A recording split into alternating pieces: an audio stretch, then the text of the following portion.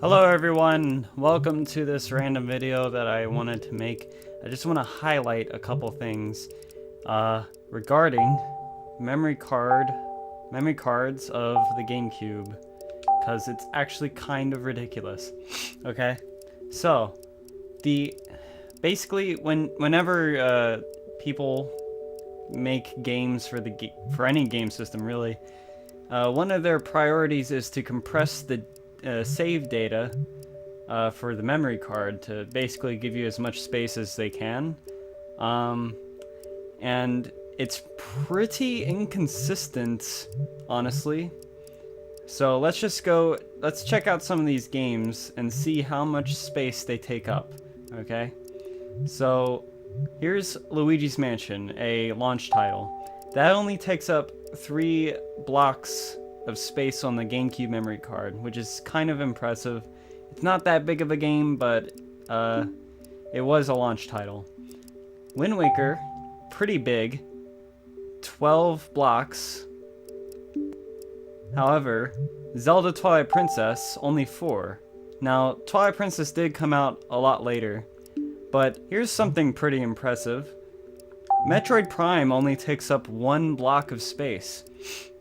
And while not the biggest game on the GameCube, it was pretty impressive with how much content it has and how great it looks.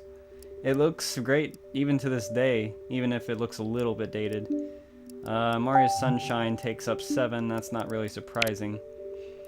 Now, we're checking out non-Nintendo games. Here's another one.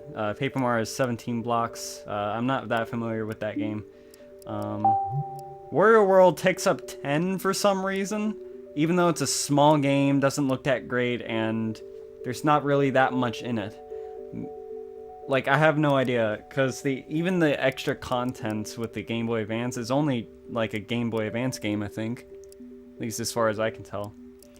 Now, here's non-Nintendo games. Soul Calibur 2 and Spider-Man 2.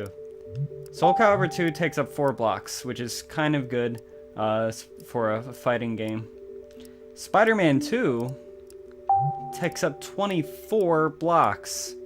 So you're going to run out of room pretty quick if you want to play Spider-Man 2. Unless you want to erase your data after you're done your playthrough. And I said data wrong. Well, not wrong, but just weird. And I can understand Spider-Man 2. You play in New York City, it's a pretty big world. It doesn't look the best, but there's still a lot in it. Including like voice work. Like a lot of lines of voice work. Now, I'm going to show you a screenshot of a game called Tak and the Power of Juju, okay? And I just want to tell you now, Tak and the Power of Juju is basically shovelware. It's a third-party GameCube game, and it's fucking awful. I don't think it's that big. It's not really above average in how big it is.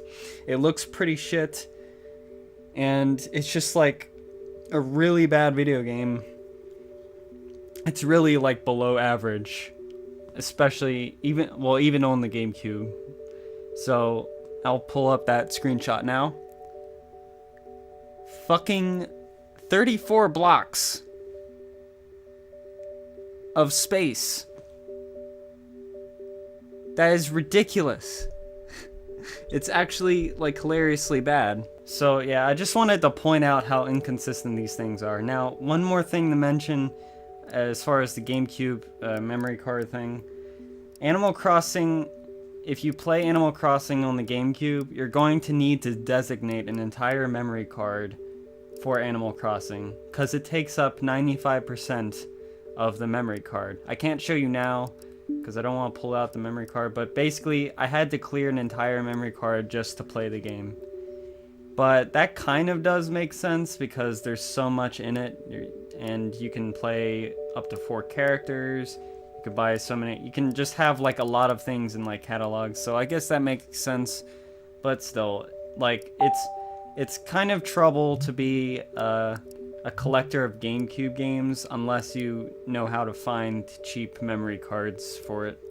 So that was just a short little video I wanted to make about it. Thanks for watching.